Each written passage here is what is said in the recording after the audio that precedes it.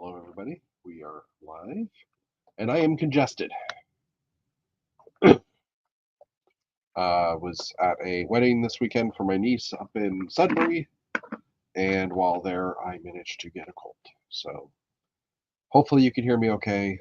Hopefully it's not too bad. Hopefully I don't have to sneeze or cough or snot things for the next little while. This may be a shorter chat just because sneezing, coughing, snotty things. As a result of having a cold, I haven't been down in this room for the past few days. I've had my work laptop upstairs sitting on a couch because along with this cold, I've had a bit of a fever. I've been medicated. I've got some Advil in my body, so hopefully I'm okay. It is colder down here. It's only 19.4 Celsius here in the basement. Normally it's, a little warmer, but this room hasn't been used much, so it seems to not retain heat when I'm not in it.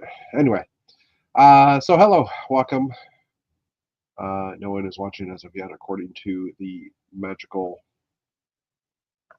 thing at the top of this tool, on top of StreamYard. So, going to talk about a few things. There is some news this week.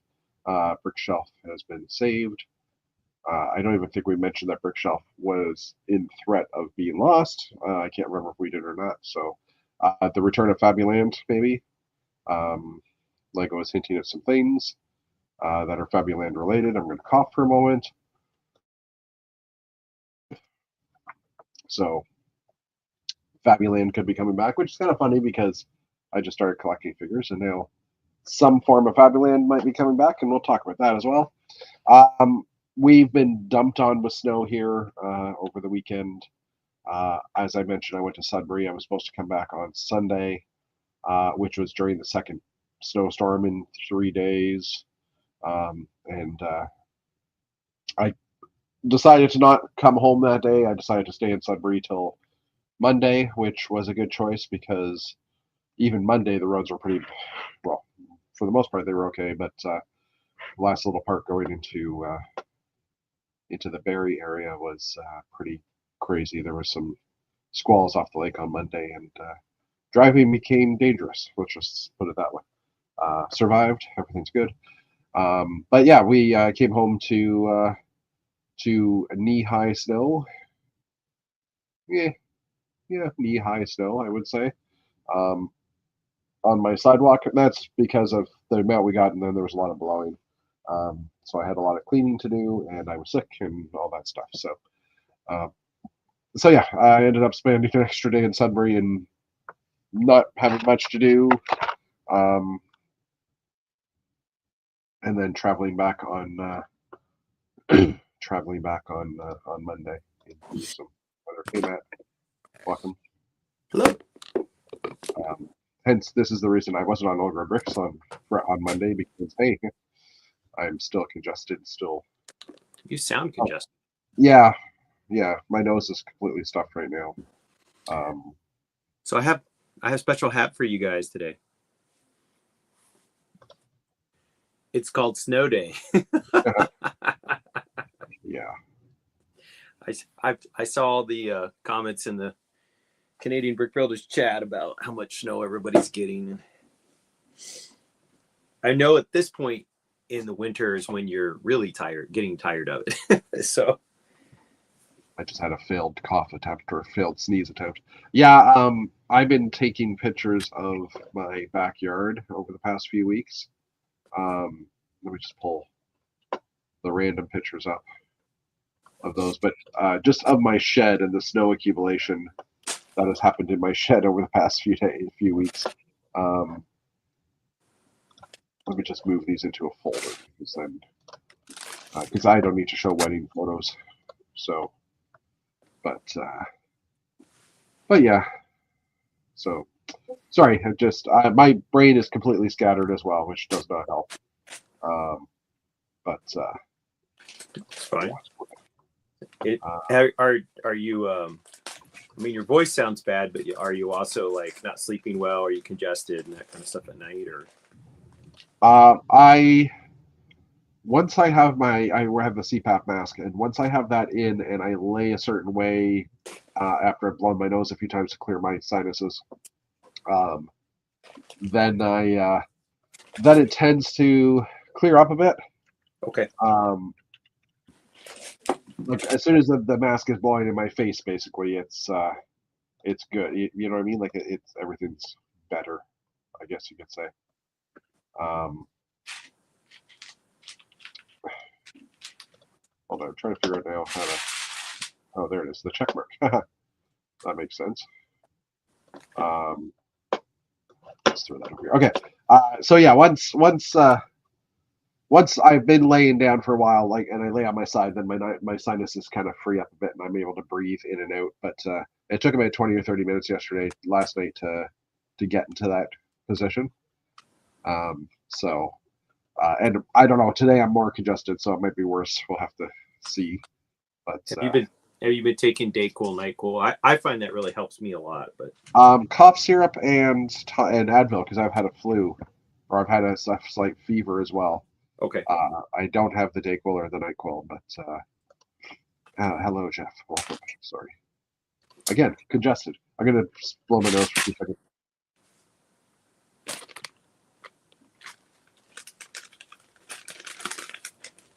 And I muted it because I don't need to play the trumpet for you people, because I have a very loud nose. I mean, anyway.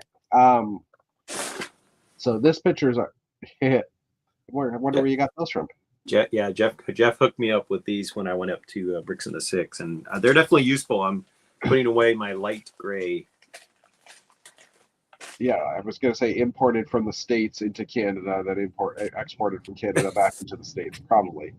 Because I bought mine originally in the States, which, I've got like 5 of them sitting on my table around here. And I did not declare it at the border, so How dare you? Well, it was a gift, technically. That's a good point. It was. Mr. Sincere, welcome. Hello. Let snow. No more snow. I am very fortunate that as you can kind of see from this picture, there's like a little line here in the picture. There, I share a laneway with my neighbor, and they have a snowblower. So I park on this side of the line, and the line is literally just a piece of pavement that's raised up, a piece of asphalt that's raised up a little bit. Because I share the laneway with them, they have a snowblower. I'll clean their laneway when it snows. They'll clean mine, whoever's there. And while I was gone on the weekend, they pulled out the snowblower, thank God, and fixed my laneway. This picture is actually a couple of weeks ago that I had taken, but I was just putting it up there because it was snow related. So this is my shed a couple of weeks ago, and my shed is raised up about 8 inches off the ground. So already here, there's probably about 7 to 8 inches worth of snow. And this is, again, a couple of weeks ago as well. And as the pictures go on, that's my front yard as well, which, I mean, these are out of order, but you can already see it's a lot more snow than what we had. This still isn't the current shot. I can pull that up too. This is my shed just before I left. So now the snow is about 1 inch or 2 above the door. And I took a picture of my shed this morning, and it's hard to tell, but the snow is now easily about 6 or 7 or 8 inches above the door. And I mean, it's a lot of blowing snow as well. And then the other shot I had was just this guardrail taken from one of my windows. This rail is actually about hip height-ish, and it's buried in the snow. So the amount of snow banking that's happened off the roof and everything's kind of crazy.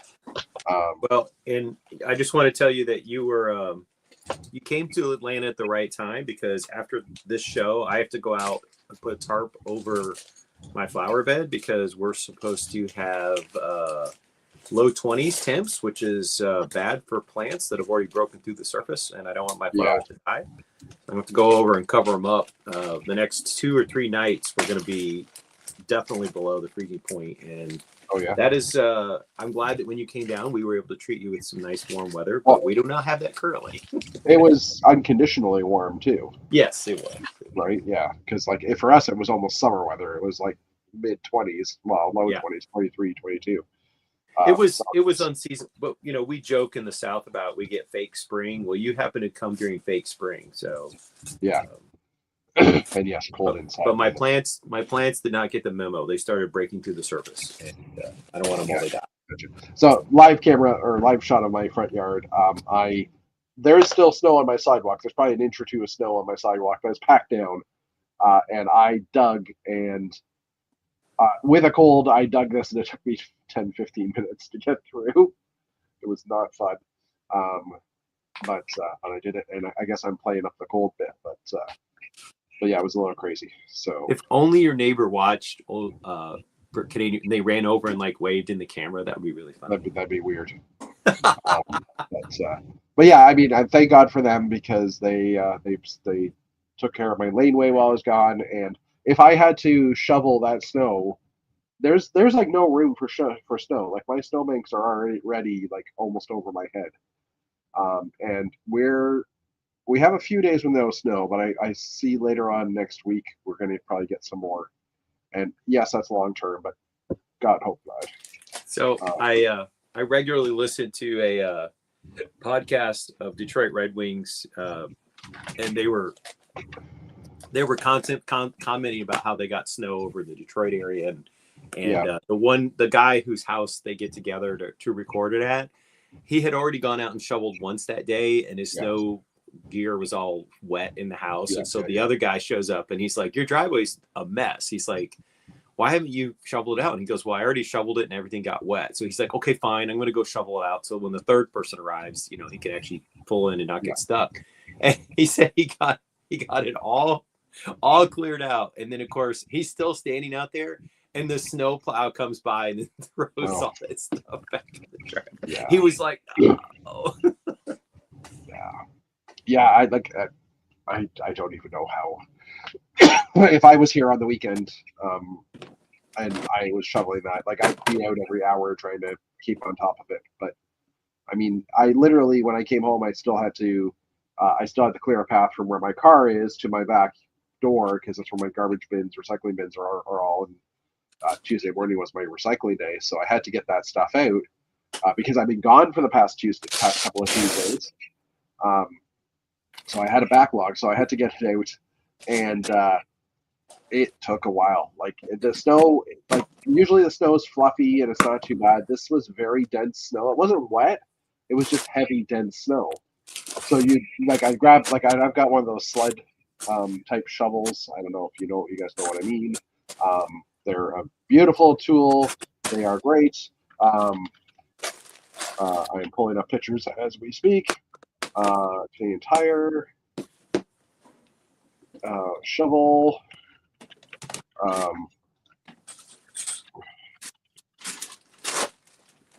snow shovel, even better. Come on. Oh, that one's gray. That's a nice color. Anyway, one of these guys, which is you basically scoop the snow up and then you pivot down, and it basically just lifts the front end up, and then you can ride it over the snow. Oh, that's I've never seen that before. These are back saving, and also it allows you to, like, if I push down hard or far enough on the handle, I can raise the snow up onto snowbanks and dump it higher up. Yeah. Unfortunately, my snowbanks are so high, I need to go out and basically shave the top of my snowbanks further back, so I have more room. But yeah, these are great little sleds. They're like $55, but is that a new invention? Because growing up in Michigan, I don't remember ever seeing that in the store. Yeah, it's probably newer. Okay. But like when I bought this house, the guy who was in here previously, he was moving into a retirement residence, I believe. So he left this shovel for me. So mine's like at least 10 years old. Okay. And still works perfectly. Sleigh shovels. Hold on, wrong one. Yeah, Jeff loves those shovels. Dave's, I have 3 of those sleigh shovels. Yeah, they're awesome. They just, even for someone who doesn't have the upper body strength, they're just a lot easier to work with. But as I was picking up the snow, I would get the shovel underneath, and then I go to pick up, and a chunk like 3 times the size of the shovel would come up because it was so dense and compact. But Glad you get your order in, David. Oh yeah, so yeah, Dave was saying he got his Blacktron Renegade last week. He also made his first Bricklink order in like a year to make my Renegade more black. Awesome. Yeah, I placed some orders while I was away in Atlanta before the February 15th tax break came back. So I ordered a box of the Classic Space, or the box of the Series 27 figs, because they were available at Costco for a little cheaper. And I also bought, I think I already talked about the cargo or the city crane, the big one, as well as the city space larger ship. The crane I've got in already. The city space large ship has just shipped, so it was a back order and it just shipped as well. And I also placed an order for more black Technic shreds. I should probably just go to a regular page so we can see this better. Some more black Technic shreds, because I am got another 80 or so of them. Because I think I showed this the previous time, because I think I was here. I built the front and the rear, and I'm thinking of putting a second piece or a third wagon in between. And I did, when I placed the order on Bricklink, I basically bought 5 of these guys off of the seller. I only needed 1 at the time, or 2 at the time, so I've got a couple extra left now that I can do a center vehicle, and I would like to try and finish this before the end of the month, because it is February. It's Febrover, whatever they call it. February. Yeah. So I don't know if I will be able to. I'm supposed to go to the auto show tomorrow, which I've now postponed until Saturday in Toronto, because cars, and I need to replace mine by the end of the year because of leases ending, which worries me as well because of other, because of other tariff-related comments from certain people that are orange. Yeah, the orange men. Yes. Yeah. I just so that worries me. I just want to say, as American, I'm apologizing for the person that other people voted for. As a Canadian, I'm apologizing as well, because if they do it, we do it, and that means everything you guys get that has American components in it, or that's Canadian components in it, goes up as well. Yeah, but the states started this thing, so when one of my, those of you who, a couple of you I know are Facebook friends, including Saint Cyr, and he shared a pro Canada meme, and I'm like, I agree with this. I think Canadians have a very legitimate beef. They renegotiated the NAFTA 4 or 5 years ago in good faith, and now, the current Orange Menace is back in office, and he's demanding all kinds of things he didn't ask for 4 years ago, and completely legit. And when some people were making a big deal about, at the hockey match, people were booing, and I was like, I don't blame the Canadians. If I were Canadian, I'd boo too. So I don't take any offense at that. I think you have a completely legitimate complaint. So I'm apologizing on behalf of the 47% of us that did not vote for the guy. Well, we appreciate it. But yeah, so I mean, I have concerns by the end of the year if this does happen. Like I'm catching up on my YouTube for the past 2 days because I can't do anything else. Like I'm sick. I did get some work done today, but being sick and having a bit of a flu, I just don't want to be down here. So I've been sitting up on my couch with my work computer, just sitting on a table beside me. And the first day I just monitor emails and messages and stuff. But I threw my YouTube videos on because I had 176 video backlog. So that's down now to about 102, 103. So I've managed to get through a bunch of them. Obviously playing it faster than one-time speed, but one of the things I saw was that, and I know this is getting political and we shouldn't, but the average car component crosses borders multiple times while being produced. Yeah. So like across the border, Canada, US, Canada, Mexico, US, Mexico, whatever, there's lots of border crossing. So they said some components can cross the border up to 8 times before they're actually finished and installed in the car. Yep. So every time they cross, they get tariffed type thing. Right. So, and here's the other thing. Yeah. There's no policy. truthfully, in my opinion, there is no policy reason even to threaten tariffs. Yeah. My opinion is that he just wants to have a press conference and declare victory, and this is purely about his ego and political posturing. I don't think there's any legitimate grievance here. A few years ago, there was, I think, a genuine dispute between U.S. and Canada over like soft lumber or something. I don't claim to be an hardwood expert. or softwood lumber, yeah. Right, and there were some disagreements there, but I think that was rooted in a policy disagreement and not a matter of ego. This, to me, is just a matter of ego. Which is even more. It's even more ridiculous because people like, your friend Janie and who I happen to share a last name with, we're probably related somewhere. She's a cross-border couple, right? So, she's lived in Ontario, and right now she resides, as I understand it, in New York. She married a New Yorker, and people like her in particular, as lives are going to be more impacted by this if it happens. Now, I'm hoping that basically he just wants some kind of PR victory and this will all go away, but there's no guarantee. Yeah, I don't really see what a PR victory would be like. But anyway, let's digress from that because I used to be good. I would love to follow up with you on this because, anyway, but because I don't get it. I don't get it at all. And I mean, just one more thing I'm going to say, just the whole talk of it has got us so damn worried, right? Yeah.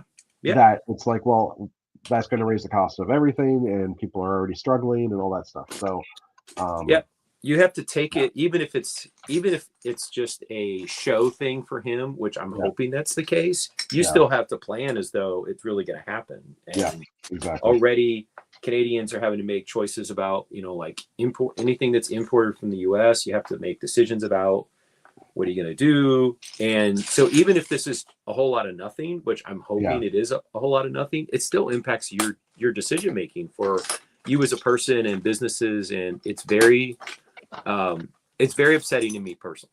This is just one example of how the U.S. under this administration is throwing away decades of strong relationships with allies, economic, military, and it really bothers me. But there's nothing, I have no power over it. And David, to your comment, Lego is Danish at least. It is Danish, but it's produced in Mexico. Will be produced in the States in the next couple of years. Like every box says contains components from Mexico, China, like all the different factories. It doesn't say which components, but like how would you tax that? Like if something's built in the Mexico plant and comes through the States to come to Canada, is it being taxed twice? Like, is it being tariffed on the way in and on the way out? Like, I don't know. It's anyway. I don't make any claims to be an expert in trade agreements. They're very complicated, and there are rules.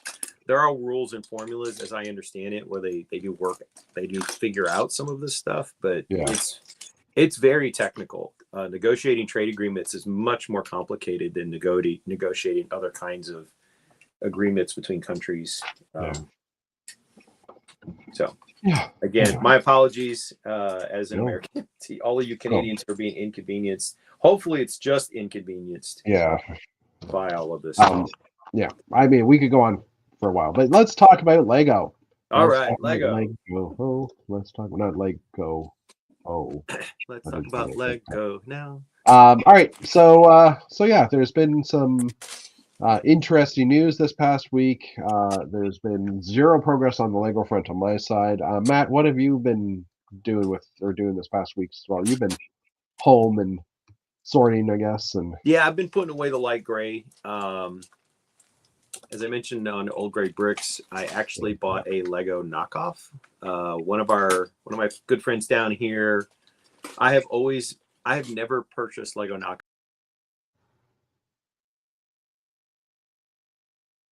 Do you think he still realizes, or do you think he realizes that he's no longer on screen? Oh, here we go. Oh, he's getting it. No, that I'm shutting you for buying a loud knockoff. But anyways, so one of my good friends, he bought a rival, and I went over to his house, and he's like, it's pretty good, and I haven't opened the setup. I haven't built it. This particular company includes lighting kits so I'm going to give it a try. And partly I'm just curious. I know. Yeah. If if this will pressure Lego to, so I'll bring it back around to Lego. Will this pressure Lego to put a little bit more restraint on prices if they see these other companies being a genuine threat? Or will this nudge Lego to go into lighting kits, and every single set that this particular rival company sells comes with lighting kits, and the price is pretty awesome compared to Lego prices. And on our Old Gray Brick, somebody said the downside from, if Lego were to go in the direction of including lighting kits is that we all know that Lego has fantastic customer service for replacing things that break, and lighting kits break pretty easily. Like the wires can snap. And because they're so because they have to fit between the bricks, unless they create a whole brick system that have grooves in it to let the wire front. They have. Well, they used to have the old style 1x2 brick with the groove through it that they use for running wires through. Yes. Yeah. The rival company has created bricks that are. I was more saying wire compatible. So, I am curious to see where this goes, and will this cause Lego to have to respond with either innovation or price competition? We know that based on the annual sales results that Lego operates with a very sizable profit margin. So if they do decide to hold the line on some price increases, which they could, it would cut into their profits, but they're not at any risk of going bankrupt. They can cut down on the price increase. Most companies live on profits, and profits mean growth, and growth means more money. And now Lego isn't publicly traded, so but if ideally they shouldn't. They don't need to raise their prices. They don't need to increase their profit margins or anything like that. But obviously, when they do their quarterly or their year-end results, that's what they're focusing on, because that's what all companies focus on. But well, and I will say that's one of the consequences of they've hired MBAs to run their companies instead of the family, which helped save the business, which that was a good thing. But MBAs also tend to focus on, well, what's our margin? And I'm curious to see where this goes. So, on your comments, Lego has nothing to fear right now. They're not even shaking in their boots, because it's not like Walmarts and Targets and Toys R Us's up here are buying these sets and selling them and taking Lego shelf space. Correct. Right? These are still sets that they have to order online, that you're ordering from. Where did you order it from? What website? Was it from your site? I'll say it. The company was Funhole. I ordered off of their a Facebook link, but you can buy them through Amazon in the US. I'm assuming that's probably true in Canada as well. They're not hard to buy. If you don't trust Funhole's website, you can go on Amazon and you can get the return policy that Amazon offers. But so if you are a brick buyer, it's not hard to order them. And the other thing, of course, is that in the States, we do have rival companies like Mega Bloks who are in the toy aisle. Yeah. So I'm curious to know if we will see in a moment in time where these knockoff, rival. I'm going to say rival more than knockoff, because in a lot of ways they're copying Lego's brick design, but they're actually coming up with their own original sets. They're not just stealing the intellectual property of Lego or of Mox, which is the thing I would always get me very upset about. Le Pen or Le Pen was they would just take designs of people like you and me who created a cool mock, and they would just take it, mass produce it, and they would pocket the money. And I think that's wrong. Honestly, they need to fix their name though, because Funhole just wow. Yeah. But, no argument there. No. It makes me laugh, but I don't. Oh yeah, me too. But at the same time, it's like, really, what kind you don't really want a marketing label that makes people laugh at your product. Yeah. And especially since it has nothing to do with a building block system. Right? Like, yeah. Yeah, probably most people that build with building block. No, I'm not even going to go make a reference to not having the availability of a. Stop digging the hole. Stop digging the hole. Hole of fun, as Mr. Sincere is saying. So I don't know. It's I don't think Lego has anything to worry about unless these sets start selling like millions of units out of major retailers, or they just start taking away from Lego's profit, right? Yeah. And how do you measure that? I mean, obviously there's ways to measure that, but it's yeah. I will say that since I ordered a fun hole set, every Oh, single day that I log on to Instagram or Facebook, I get more fun hole ads. So I don't know if they specifically target trying to get repeat customers, but I'm curious to know, are you seeing ads for that particular well, brand? I will now that we've talked about it because everything's listening. But Fair.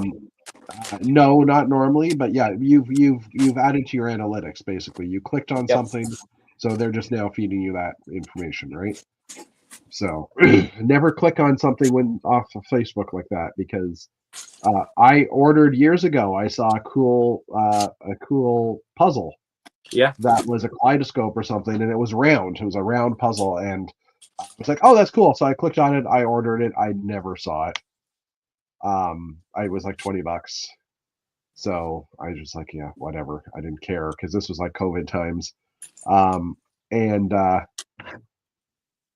yeah, I don't know. Like, I mean, I you can't necessarily trust a link that way. But you know this, Matt. I shouldn't have to explain Yeah. it. But anyways, I I couldn't I also find that product anywhere else in the world. So I take the opposite position, which is I actually like the fact that the ads understand my consumer preferences and I get shown things that I might want to buy. okay, I have bought some awesome things that I never would have known of if it hadn't targeted me correctly. I mean, I would say I have a bunch of t-shirts that I bought that it's went, oh, you're a fan of this? Well, you might also want to buy yeah, this. So I don't hate it. I would rather see ads for things that I might be interested in than things that I'm totally not interested in. But I yeah, could see how other people might not want that. yeah. So I No, don't mind the fact that the ads become customized to my preferences. no. I mean I mean, it's a cool thing because if it does help you find things, Yeah, but it's more just like you don't know what site you're going to, right?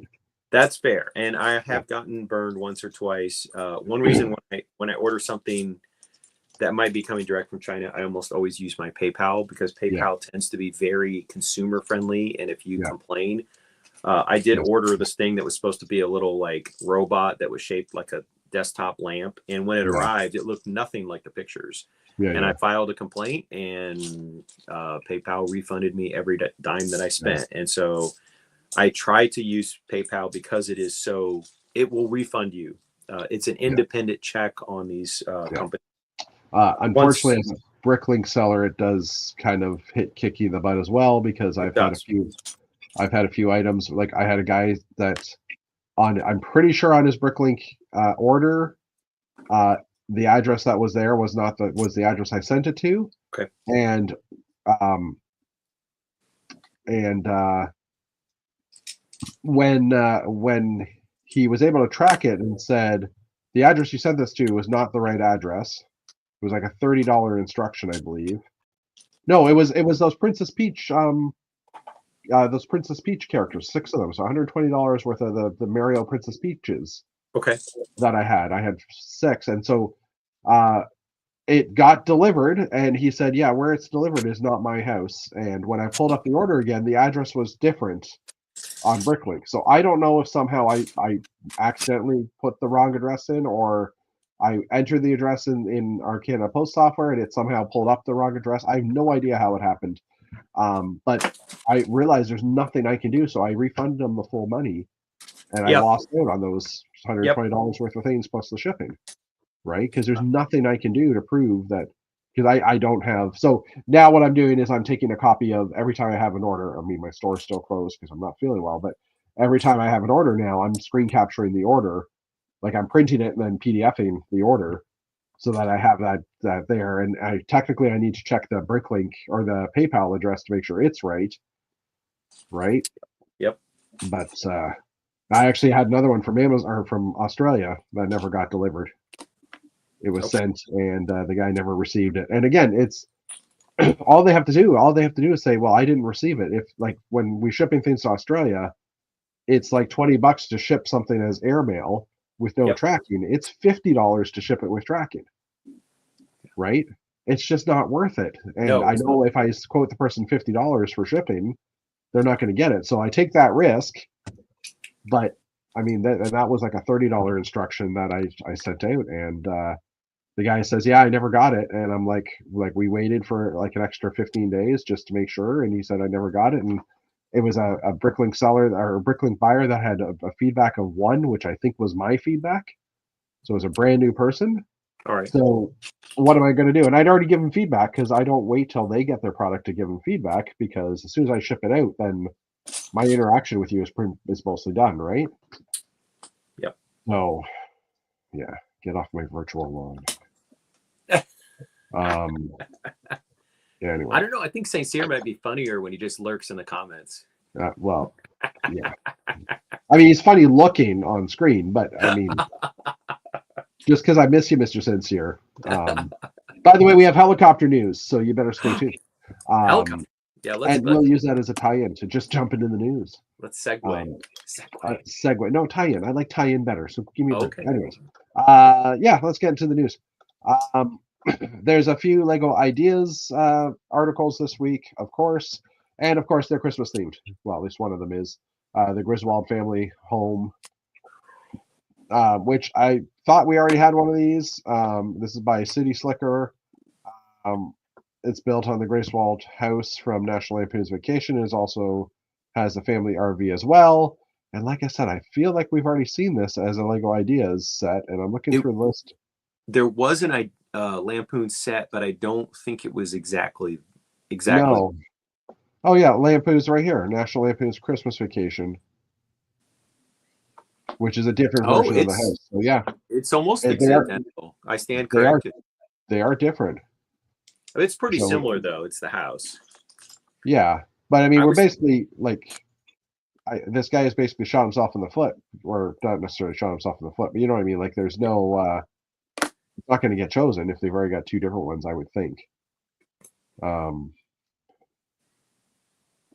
Anyway. Yeah, the whole idea is sometimes I think people roll out a set knowing that it's probably not going to hit in the window, but they're kind of trying to build support because they'll re-enter it the next cycle. Yeah, I think some people are thinking strategically about, well, it's probably not going to get chosen this cycle, but I'm going to try to, build up votes for it over time. I don't know. And I had heard that, and I don't know if that's still the case, but I had heard that if your item does hit 10,000 supporters, you get a $500, like Lego gave you $500 in credit or something like that on the website. That's what I remember hearing years ago. I don't know if that still exists. Yeah, I don't know if that still exists or not. If anybody in chat has that knowledge, let me know. I need to start submitting things. Well, yeah, but I mean, that it has hit 10,000 supporters, so I don't, like I said, that might have changed, but I think that's how the earlier program worked. Oh. If you had an idea that was selected as the 10,000, you got some cash out of it, or you got something out of it. But it's something to look into. Something to research. Anyways, another one here, E.T. the Extraterrestrial, which is obviously E.T. By Lafa Brick. It's 2,990 pieces. The build features a posable figure of E.T., including his extending neck. His chest can even light up with the push of a button. Ooh. Looks a little play creepy. Features. Yeah. Play features. Looks a little creepy to me, and that's a heck of a lot of nougat. But hey. That's a lot of one color. No, and there's the light, their chest lighting up. They don't really show the neck itself, but anyway. Pardon me. Okay, Bricklink Designer Program Series 7 fan vote is now live. It doesn't give us any more information on that. I think we already looked at this previously, but there's 375 designs that are currently up for voting. So if you're interested in voting on some of these, go for it. How's that for an answer? Go for it. We're not going to go through all of them, but I don't think I think I missed this piece of news, so I'm glad that you shared it. I might have to do some trolling through there just to see if anything gets my attention. Yeah, for sure. I mean, obviously this is just the top 5 or whatever get chosen. And this goes until February 21st. So you have 2 more days at noon Pacific. Oh, I'll just stay up all night. Yeah, well, there you go. Well, you said you tend to wake up or you stay up late anyhow, so you can get it done. I do. You can do it. All right, next up we have the same article. Did I just Control 15? Did I just close the? Oh no, that was the pop up from that article. Okay, that explains it. Okay, Lego Minifig Factory, which I've never used because it's only been available in the States. It's now been extended to Canada. Cool. So it has been announced that Lego Minifig Factory has been expanded and is now available in Canada. As I said, the online version was originally launched in the US as a beta in 2022 and was officially launched last year. Canadians can now create your own unique Lego minifigure without having to go to the flagship stores. It costs $15.99 Canadian each, and you can also earn 80 insider points for one figure. So, I mean, have you ever done this at all? So, 2 summers ago, when we were on our way to Brickworld Chicago, I stopped at the Minneapolis store, which had this as an option.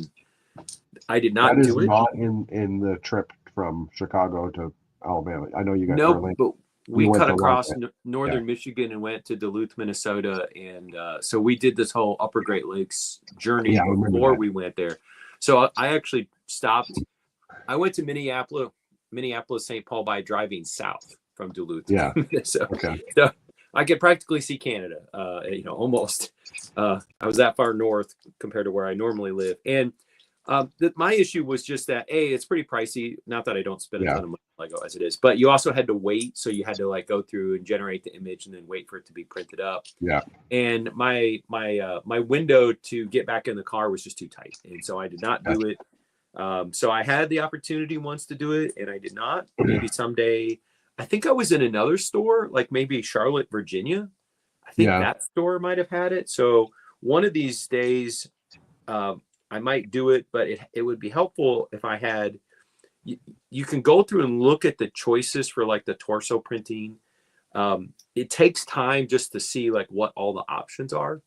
Gotcha. So if you live near a Lego store and you can sit there and sort of page through all your options, it's probably more attractive than if you're, like me, just traveling through and you just have you want to just be in and out in 30 minutes. If it comes to the Toronto location and you're going in and you've got the time, you're going in on a Saturday, be prepared for it not only to take a while to print, but also you're just going to need time to make a selection. So and I'm playing with it as we're looking, and I mean it's a white torso. So if you want a classic space logo, it's on a white torso. You can't. I don't think you can color the back of the torso. Like you cannot print. Well, maybe you can. I don't know, but that it would take some time to figure out if you can make a different color. Like I want a bright neon orange classic space minifigure. I don't. I'm just saying. I might be wrong about this, but I think there might have been an option where you could actually like create your own image and upload it, but maybe I'm wrong. Maybe I'm imagining that. So yeah, I don't know. I'll be honest. But and I mean it's limited piece selection as well. It's not like you can choose different colors for things. Like I'm looking at the hair, and I mean there is a lot of hair, but it's just not. Frankly, down here in Georgia, we have a guy who does his own custom printing. It's probably easier for me to just like send him an image and say, "Hey, can you print this on a torso?" Than to go through the process, because Lego definitely limits it and it costs a lot of money, and there's lots of things that you can't print on the torso at the Lego factory one. Whereas if you just know somebody and you do a custom print job, you can get you can try to get exactly what you want. Yeah, and I mean, again, it's only a white only torso, so like you're limited with colors. And yeah, as Dave says, you get 3 figures for less than the Bricks and Minifigs wall or the Build-A-Fig in the stores. And I also noticed there's a limit of 15, which is kind of interesting. Limit of 15 characters per order. So if you want to spend 15 times 16, I'm doing the math. And by that I mean I'm doing a calculator because I can't do that math. $240 on 15 figures per order. Have fun. Yeah. Insert elephant. I did mute that, right? I muted when I sneezed. Yes, I did. But yes, that's what you would have heard. Sorry. Anyway.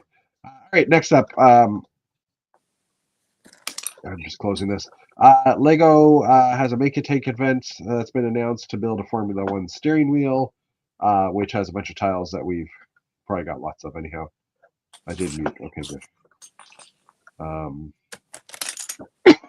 Anyway, so the Make and Take will happen on March 9th between 12 and 2 local time, and it features a miniature Formula One steering wheel with a lot of printed pieces for the gauges and controls. Like with other Make and Take events, it'll be available on a first come first serve basis. Note that the listing only says it's for U.S. and Canada. So, and that Sorry, ties New in Zealanders. Sorry, yeah, that ties in with the F1 announcements that have, well, all the speed champion cars come out in the beginning of March as well. So all right, this one we're jumping into New Elementary quickly because Lego's got some interesting gift for purchases depending on what area of the world you're in. If you're in, I think, Australia, New Zealand, you get like the moving truck. If you're in Europe, you get, oh no, sorry, Europe is the moving truck. Australia, New Zealand, you can get the space launch pad set. North America, you can get these three. Well, one of the three baggies, poly bags. I'm just seeing here. Is available again in Australia and New Zealand. We've updated this page with all the details. It might be that all three. Oh yeah, all three gift purchases are available worldwide. The gift for purchase is tied to a particular theme, so City, Lego, Creator 3-in-1, Friends, and Disney Princesses. So yeah, it's just interesting. Now, I think the moving truck has already been available here twice now in Canada, in the United States, in North America, and I believe the same was also for the Space Rover. So maybe these weren't available in those other zones the second time, and it could be that they just have lots of extra stock in those zones, so they're getting rid of them. But North America basically is stuck with the polybag one, which kind of isn't fair. So we're not buying as much Lego this month, I guess, because we're not, and we have to pay taxes again in Canada. So, all right. So Brickshelf. Some of you might not know what Brickshelf is. Hopefully, you do know what Brickshelf is. But we talked about this in Old Grey Bricks on Monday, and I hadn't read this news until I got to Old Grey Bricks or started listening to Old Grey Bricks on Monday.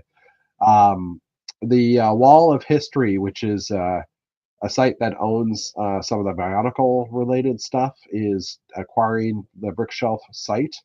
Why are you the only one here? There's 8 people watching, Dave. They're just not as talkative as you. Anyway, Wall of History has announced that they have reached an agreement to acquire Brickshelf. If you're not familiar with Brickshelf, the owner of Brickshelf, Kevin Loke, passed away, and his estate had said they would be shutting the site down. Shortly after that announcement was made, there was a lot of interest in keeping the site going, and it looks like the estate has made an agreement with Wall of History to keep it alive. The transfer of ownership will be in April, and with that, with the help from the folks at Master of Destiny, the site will remain online with full functionality. Wall of History is a web archive of the Lego history of Lego Bionicle. Brickshelf was one of the original, or the OGs, in Lego photo sharing for mocks as well as building instructions. And we're glad to see that Kevin's legacy will go on. Agreed. We went down. I've never heard of Wall of History either. But I guess like I said, they took over They took over some of the Bionicle stuff because whoever was running those sites didn't want to run them anymore. Yeah, I mean, Brickshelf is great, but there was always a limit on the size of photos because back then storage was expensive. Now it's dirt cheap, so like keeping it alive probably doesn't cost a lot. But the quality of the photos now is so small and so old that I mean, not that we had the ability to go bigger than 640 by 480 or 800 by 600 way back when, but You do But now. yeah, it's kind of a balancing act, right? Well, I think this does raise something interesting, though. So, we've seen this, which is the change in generations. And yeah, so you and I are not in our 20s anymore. And someday we'll be I'm in gone. my 50s now. But yeah, I, uh-huh. I got you beat by a few. So, but, one of the things that's kind of cool about the hobby is that obviously it spans generations and, knock on wood, Lego will still exist long after I'm no longer in existence. Yeah, And it's kind of, I think, a little heartwarming to see that people want to preserve some of the history of the hobby. Obviously this happened with Bricklink with the original designer Daniel, I think it's Jezik. I might be mispronouncing yeah, that. yeah. He's obviously not with us anymore, but the website obviously still exists. People use it every day. And one of the things that will be interesting as you and I age and younger people take in the hobby, and what things will get passed on, and will some things expire. And so I guess the thing I take away from this is I'm kind of encouraged that there are people who want to preserve the history of the hobby. And most of us, I'll be perfectly honest, I haven't gone to this website in a very, very long time. So it's Yeah. not one I use on a regular basis, but for folks like Chris Giddens on Monday was talking about, there were pictures of him from 20 years ago, Yeah, stuff that he built, conventions that he went to, and he was pulling up old pictures, and we were like, oh look, this person still had hair. Oh look, this. yeah, So I don't know. I think it's to me it's a little bit heartwarming. It makes me happy to know that somebody cares about keeping this stuff around. yeah. I don't even remember my Brickshelf login. So Dave was asking if we could still upload things, and Jeff saying there's a whole lot of. Oh no, that's I saw a couple of new uploads a couple of days ago. So, and all of our club's old displays are posted there. Club displays are posted there. So I mean, it'd be great if they could. The way that the Lego community is right now, where we're posting on Flickr and Instagram and things like that, it would be great to be able to revive Brickshelf as a Lego space and somehow like make it a multimedia platform of some sorts, or a media platform of some sorts. I mean, obviously that's probably asking too much, and it's probably way too costly to do something like that. But I don't know. It'd be nice to. The hobby's so big too that not everyone's going to move to. Even if you upgraded the platform, not everybody's going to embrace that. I actually think that's a bit of a strength in some ways, because Yeah. we've seen with what's happened with Twitter/X, where somebody takes over and changes the ground rules of the site. And I've watched a ton of people that I personally enjoy connecting with on both Twitter and X, and now more recently with Facebook and Instagram, just to leave those sites because of the issues with ownership. And for me personally, those Instagram, Facebook still brings me more joy than it brings me pain. So I'm sticking around on those places, but I understand why some people are banning those platforms. The fact that there isn't just one platform to unite us all means that there's a certain amount of insulation if there is an issue that comes up with that platform, or whoever owns a particular platform. We're not all locked in, so that if suddenly something changed very dramatically, we wouldn't have an alternative. So there's pros and cons to the fact that we're kind of spread across different platforms. But I think what we've seen in the recent years, having a multiplicity of options isn't necessarily a bad thing. Yeah, agreed. Yeah. Yeah, there are. I'm just pulling this up, and because I gave up trying to log in, there are recent uploads. It looks like some decent looking vehicles, as Jeff was saying as well. But yeah, it's hard to see what the actual dates are on some of these. Like to see when they were uploaded, but I know it's been so long since I've been on the site that I don't even remember how to work it, I guess. Oh yeah, 2406. So this was created last June, basically. So, and are the pictures any bigger? I'm just clicking on it to see. Oh, these are actually pretty decent sized pictures. Perhaps they've raised the Over limit time. because it is so much easier to host with memory Yeah. and getting memory and space getting so much cheaper. Yeah, agreed. I don't know. That's your area of expertise, but Well, yeah, but I don't know. Like I don't remember ever hearing it. I mean, it'd be nice to. I mean, the interface is really clunky and stuff as well, but you know, um, yeah, I don't know. It's interesting. Maybe we can revive this platform. Yeah, there you go, it was Jeff. always There's your going to be mission. the place to post mocks.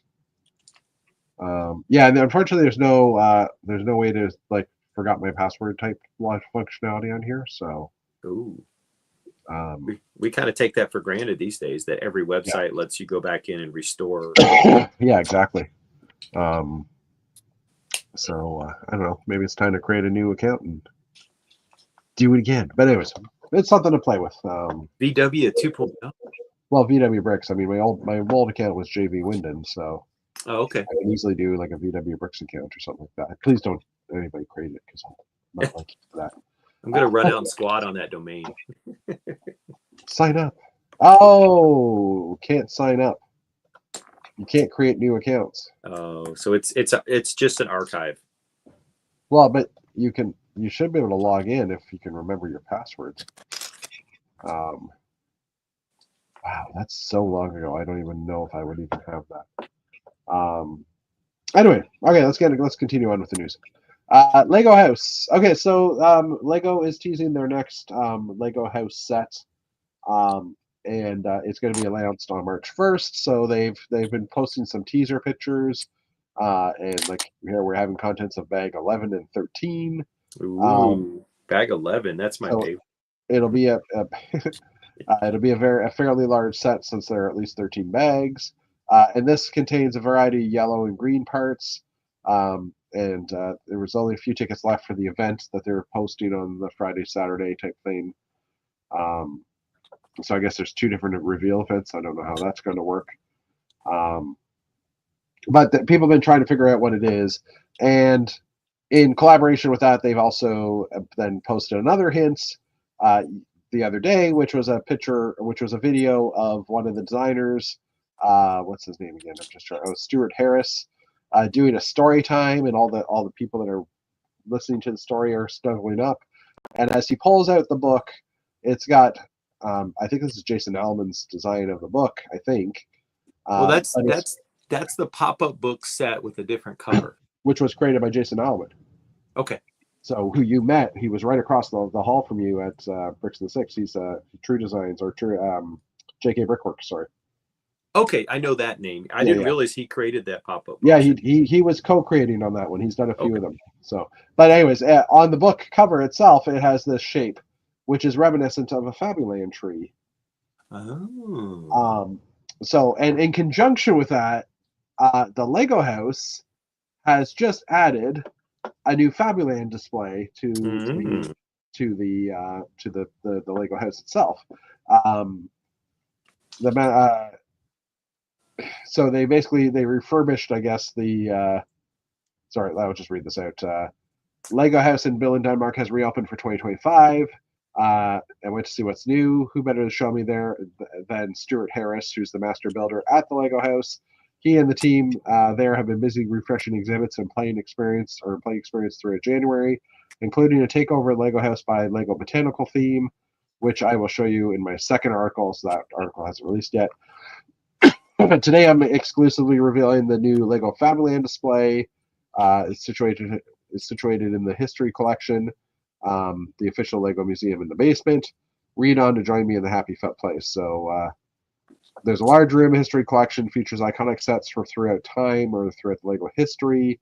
At either end of the room, there are two huge display cases, both of which has now been given over to Fabuland display in 2025.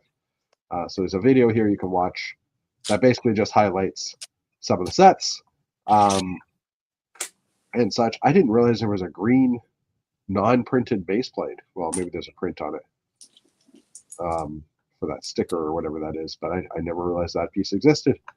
Well, I will say that when I saw the title of this episode and you had put in, Return of Fabuland, I was like, I don't think I own any at Fabuland. I was kind of like, I don't know, skeptical, like, oh, Yeah. well, would they really bring that back? But now that you're laying out the background, now I start to see, well, okay, maybe there is going to be something here.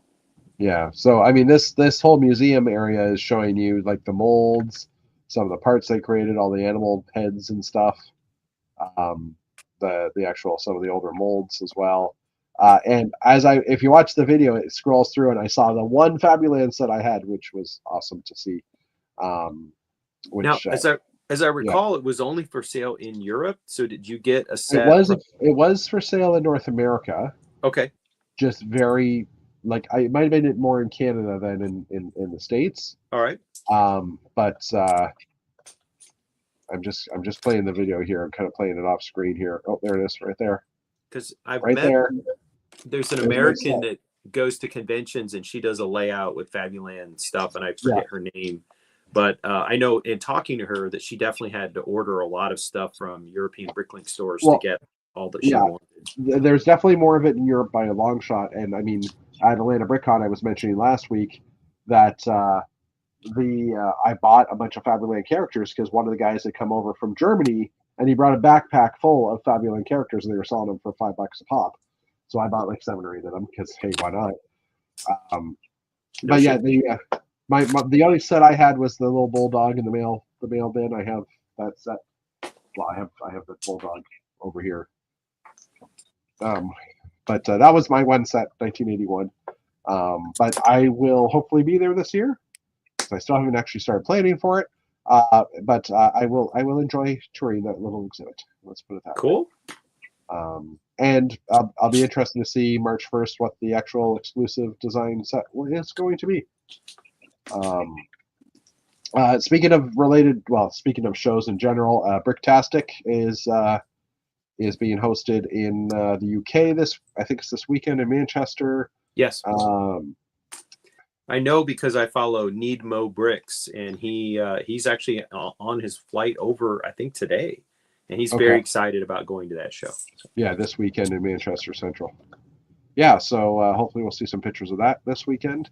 While this isn't Atlanta BrickCon is technically what we consider the first show of the season. I know there was another one that happened a week or so before that somewhere in the world as well. So obviously we're not Atlanta BrickCon isn't the first show of the year, but it's the first North American show of the year. So it's fun to see conventions start up again for the new year.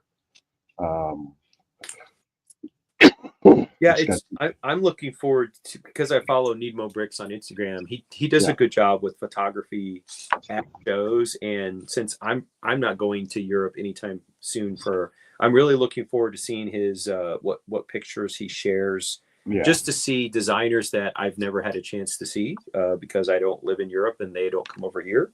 So that's a cool thing. Need Mo Bricks. I believe I am following that person as well. This dude here. Yeah, I got to chat with him in Austin, Texas. He came out, and he's very friendly guy, easy to talk to. And he's following me. I'm going to follow him back. There you go. I didn't realize. Now you're friends. I feel like I kind of introduced you a little bit. There you go. Hey, I actually had a chat with him because this isn't a day. He doesn't pay the bills, and I said, how do you make your choices about where to go? And he's like, you're absolutely right. He's like, I can't go to every Lego convention, so I do kind of pick and choose where I'm going to go this year. And I think we even talked about, he was saying like he'd really like to go to Europe someday and see one of the shows, and so he's doing it this year. Oh, he's not European in the first place. No, he's American. Yeah. Okay, I didn't realize that. Sorry. I did not know this. Okay. Sorry, I thought he was in Manchester or in UK at least. No, he's flying over. As you could see, he had a picture of Bricks. Yeah, this one here. I'm going to Bricktastic. Because he's I think he was getting ready to board the plane or he just landed or something like that. So gotcha. All right, I understand now. Sorry for my confusion. California AFOL, playing well, growing my community and building my Bricklink store one brick at a time, I'm assuming. Yep. Okay, cool. Well, I just started following off. So, helicopter news, David. Woot. This is technically a helicopter right here. It looks kind of like a helicopter, even though it's a game controller with a rotor on top. This is the best we can get right now for helicopters. So hopefully he is still available because he's saying old man. I don't know why. Hopefully he's still watching. Yeah, there's New Elementary has done some reviews of new sets. I wasn't going to show this one, but there is something that looks like a helicopter, so I figured I must talk about it. St. Cyr bait. St. Cyr bait. Yeah, pretty much clickbait for Mr. Sincere. So yeah, there are some. I think most of these parts we've already seen. As the new molds, the recolors. These are red pieces that are recolored. It's like, ooh, I can build a red tower now in my castle. Is that red or the reddish orange? That's what I was wondering, but it does say in red. Okay, classic so, red. Yeah, the color looks reddish orange to me as well. That's why I was like, wait, what? But yep.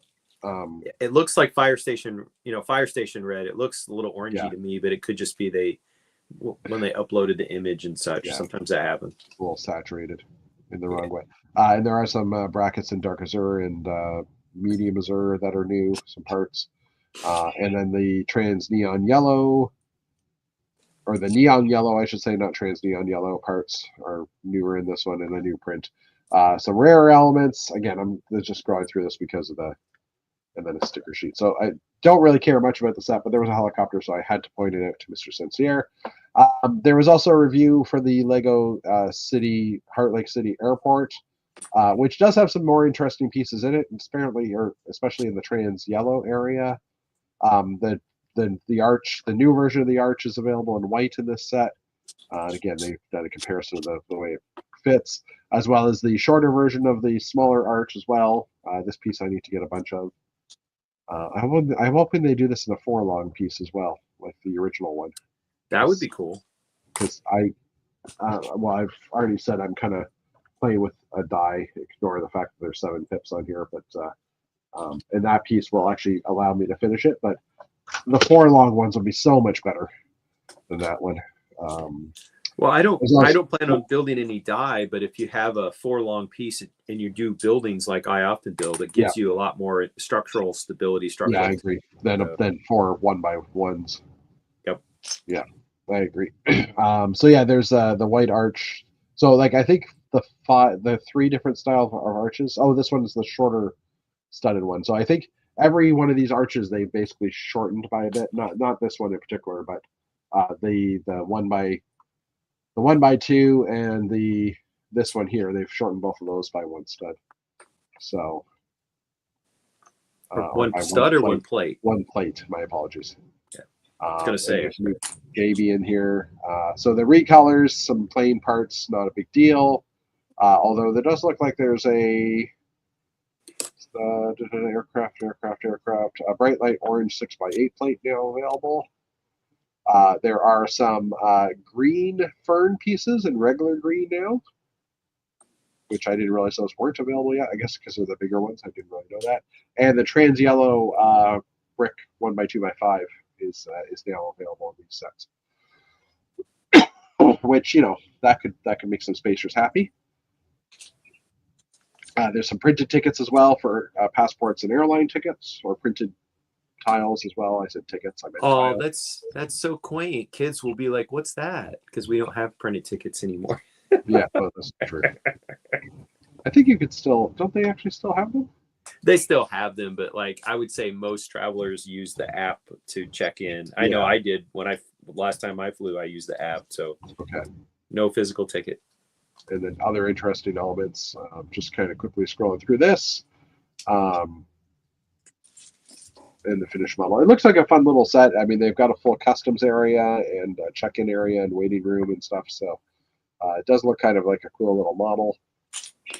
Once again, friends doing city better than city. Yeah, pretty much. And the last set that they did a review on, which I wasn't thinking this would be all that interesting because it's a Lego Ideas set, the Evolution of STEM. Yeah. For science, technology, engineering, and math, of course. Has some interesting parts that are new that have never existed before, but it's Lego Ideas, which is kind of interesting as well. So the most notable 4 pieces, or 3 pieces at least, this ridge and hoe is not so much of a new piece, but there's a new art, or there's a new slope. What? A 5 or a 6 long slope. Not to mention this one, which we know is coming in the F1 cars, the 2x6 inverted curve or inverted slope, and a weird Technic piece that has like a Technic axle coming off of it, which is kind of interesting as well. But New Elementary has taken the challenge and have for this new slope they've done some comparisons with the existing pieces that have existed in the system, and it obviously, as being a 6 long curve, it has a new profile that kind of fits in between some of the other ones. It also they've also compared it against the actual non-curved version of the slope as well, and then they figured out what kind of things it might work well with, and this bubble canopy, it kind of follows the line a lot better for that part. Again, this Technic element is kind of interesting to me. I'm not really sure how it would be used. I got to cough for a second or do something because my throat's getting dry. Hold on. So while he's coughing, I'll just make this comment. We know that typically when Lego rolls out a new mold, they're not, unless it's a minifig part, they're not doing it just for one single set. Oh no, for sure. So Yeah. I'm guessing that because although these are new parts appearing to the public for the first time in the set, my presumption is that these were already all going to show up in sets. Oh yeah, for sure. Like this is probably in some of those Speed Champion sets as well, or something like that. Yeah. It's just this one has been given to people to review earlier, so it's the first time listed. We're seeing. Yeah, exactly. First time to the public that we're learning about it. So I seem to recall when I worked at the Lego store, the manager came back from one of the managers' meetings and said something like, if they're going to introduce a new part mold, the company headquarters wants it to be used in at least 3 different sets for the cost of creating the mold, which is the most expensive. To offset the cost. Yeah, makes sense. So there's 22 of this new beam 2 long with axle. Again, I'm not really sure how this will be useful. I'm pretty sure it will have uses. I'm not sure what they are at the moment, but it's kind of an interesting Technic part. Sorry, excuse me. And again, they have this inverted, what do they call it? A curved 2x6 inverted in tan. It is in the Speed Champions, but again, first time it's in That's New Elementary hands. Yeah, that's an interesting shape. Especially since it's the exact fits the inverted tile as well. So I mean, you can easily do some nice roof details with that, or something, right? Like it's a nice piece for sure. And this is like some of the tail fins on some of the F1 cars, or some of the I'm trying to think what's the spoilers on the back of the F1 cars. They've also done a recolor of the arch that was in 3PO's head. Okay. That was in gold, and this is also in tan. And then they've got this tile in sand blue and the pearl gold. It is available on both sides in pearl gold, but in sand blue, it's only the left version. They don't have the right version, which is kind of interesting. And there's only one of these in the set. So hopefully they have a set somewhere else that has them. I think isn't there like a wedge shaped tile that only ever came in like the left but not the right or something? Oh, in some colors for sure. Yeah. I think they've always created a partner tile to like a partner wedge to everything. They just might not be available in all colors. I know the Christmas trees, the 1x3 wedge plates and the 1x4 wedge plates, 2x3 and 2x4 wedge plates. In a lot of Christmas trees, they always use the same piece, and so there's the other angle doesn't always have them. Did I miss the helicopter news? Oh, geez, man. Go back. We're on the last article. We're shocked that your ears weren't burning because we mentioned you so many times. Yes, Mr. Sincere, you missed the helicopter news. The Cooper's gaming controller jet has a helicopter, and you're fired, sir. No, you're not fired, but you should attend more regularly. At least, you have to go to the penalty box and feel shame. Yes, and we made fun of you we made comments about this. It's the only helicopter that they've made news of. Yeah. You're excused for stepping away, but grr. You also missed then the trans yellow Technic, or the trans yellow brick that's coming out in the new friend's airport set, and now you're never going to know. Oh, it's so sad. This axle connector is also going to be available for the first time in coral and dark turquoise. So if you're collecting weird Technicolors, they've also got the microphone or the ball joint clip bar thingy. Yeah, The dark azure and the new clip in was that blue? Yeah, blue. that's used in a lot of the botanical sets, so that's nice to get that in some other colors. I agreed. And also the new leaf element in trans clear, which is the bee wings on the or the wings on the bee. Oh, that's interesting. I did not expect to see that in trans. Yeah, and this piece as well, the new small arch as well. So in trans blue, it's fudging ugly. Helicopter without the blue clips. Well, it's a helicopter and you must buy it. Collect them all. Or maybe it's a helicopter and you must get it. You could improve it. Yeah, you can improve it by taking it apart and making something else. There's also some new prints on here as well. There's a couple of tiles with a cat meow bits. I'm assuming that's a peanut-based product or something. There's a radium elemental tile. I'm trying periodic table tile for radium. Is that which for the Madame Curie or something? Yeah, for Madame Curie, who discovered radium and then realized afterwards it was killing her. Yeah. And then the peanuts thing for George Washington, I forget what it was, Carver, I think is his name. Yeah. Who thank you for the history lesson. He found a whole bunch of uses for peanuts in order to improve the peanut industry. But yeah, this little radium tile apparently is a glow in the dark tile, which kind of makes me laugh because it's radium and nuclear and all.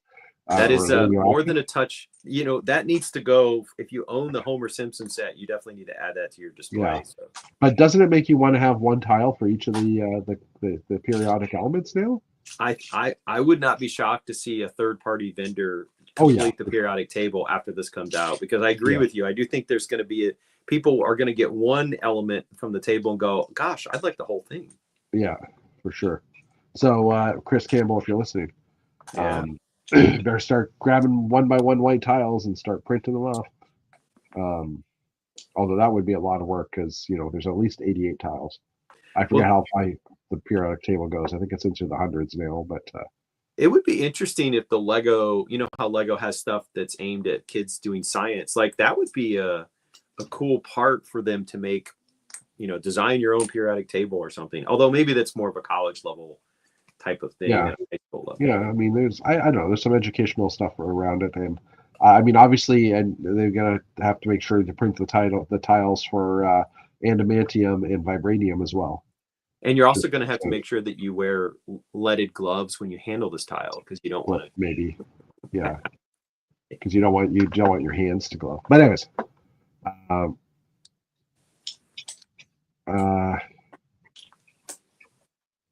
the helicopter is not even minifig scale. I want the whole thing. Sometimes micro scale cities need their own helicopters too, David.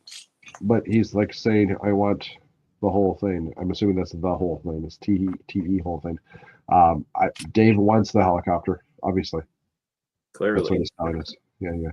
So, and then there's a sticker sheet as well, which has it's a sticker sheet in general, but there is a computer, an old style computer in here that does have a ClassicSpace like 8-bit version of the logo on it. 8-bit. And I'm like,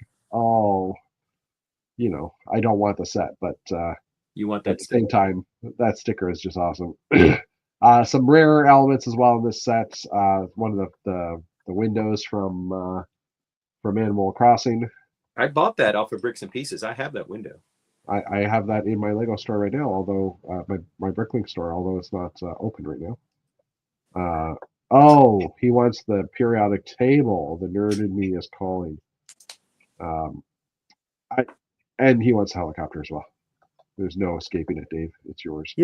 One of our local folks down here, she's a high school science teacher. I wonder if they actually made a full scale set with all of the periodic table elements that wouldn't be something that science teachers across the country might buy and put in their classroom. I mean, I could see them as a 2x2 or a 4x4 or a 6x6 tile, maybe. But I mean, what would you necessarily do with them as a teacher? Well, there's different ways to arrange the periodic table, so you could illustrate that. Yeah, that's true. That's true as well. He's white and nerdy here. That's funny. So yeah, and that wraps up the news now that Davidson Shear is back. Oh, this set also has some binary or some Morse code built into it, as well as the color wheel, I believe it is. Gradient, yeah. The gradient color gradients as well. So it's kind of interesting as a whole. I know some people were I know one of the reviews I watched was saying that each of the parts individually is kind of cool, but the whole thing as a whole doesn't really call out to them. I'm that way. I don't plan to buy this set. There's some cool elements in there. Yeah. And the other interesting thing is, actually, I like that. Using the brown handlebars for leaf holders. Ooh. That would hold together so much better. Yeah, that's pretty cool. Green capturing. We ended up putting some tree building parts into our local bulk lug list this year. Since we have a lot of people who do landscape, houses, train layouts, they wanted to be able to build more trees for that. And so we definitely have a lot of pieces in brown that can be utilized for tree construction this year. Yeah. And I mean, this piece, this combination of these three pieces, the three-way part, the bar coming off, and the clip. Yeah. I mean, it's just like that'll easily stick in a Technic hose, which is how a lot of us are building our trees. So can you go back to that picture? I'm already on the picture. Okay, so the part where the thick part of the trunk, where the trunk narrows. Oh, these guys, yeah, this here. That part where it narrows, somebody put on our bulk lug list, and okay. It's kind of a pricey part, but now I see how people use it. It's not how I thought you would use it on a tree, and now I'm thinking, maybe I should get 50 of those. Well, but the thing is, as well, like you can use a one per tree, kind of, right? You can. I mean, I would love to be able to see this pop off the side of a tree, like 3 different limbs, which you could still maybe do. But we need like a rounded brick that has studs coming off of the side, like the old Aquazone yellow type bricks that they used to have, or like a 2x2 one. Anyways, but there are some other interesting builds in here. Specifically, this little car. This is like a micro scale old style car, and it's just absolutely gorgeous. It is cute. I'm looking to see if there's a better picture of it. Let me just. They're clearly going after the vintage car collector market. Well, yeah, but I mean, it's embedded in the set, and I don't see. Well, it's like a side profile of the car, a slight part of the car here with Albert Einstein, but no, not Einstein. Sorry. My brain's gotten my apple falling from the tree, dude. Einstein. Oh, it was cool, huh? The guy who invented calculus, co-invented calculus. Now someone I can't say his name. Yeah, someone in chat will remember. It's not Einstein. It's electricity, lightning, apple, key, gravity. I'm just randomly. It's the British guy who co-discovered calculus. You know what? Not Copernicus. It's okay. It's already here. I just need to go back up to the figures. Here we go. Isaac Newton. Thank you. It's not Ron Weasley. He didn't discover calculus. Yeah, and he didn't discover electricity either. I was just me running a bunch anyway. I was just I've got Newton. Yeah, thanks, Davidson's here. You're a little late there. Anyway, but yeah, it's his little car in this build, or at least the scene is his little car. And looking closely at, like, it's a micro scale car, but it's absolutely gorgeously designed. So it'd be interesting to see someone take this and make a whole bunch of different little vehicles at like that scale. Oh, excuse me. I see Jeff's future project where he builds a vintage car museum and builds all these different little old school cars. Yeah, I did not necessarily. Okay. There are some cars I'd like to be able to build, but those are more speed champion scale. I want to build my vehicle as a speed champion size car or something. Okay. But yeah, and that's the news. That's the news. I'm late. I typed this minutes ago. Yes, you might have typed it minutes ago, but you forgot to hit enter or something. Anyway, so yeah, I think we're gonna pretty much end it. It's already been an hour and a half. My throat's starting to kill me. Anyways, maybe next time David Sincere can be in the chat with us and he can come up with the answers for the words we're missing in a more timely fashion. And there, we can have a designated helicopter zone where we just. Yeah, there's a landing strip. No, landing pad. No, forget it. I'm going to go there. That just is not. You need a little graphic that says copter zone where we just like, okay, David, you get 5 minutes to talk about helicopters.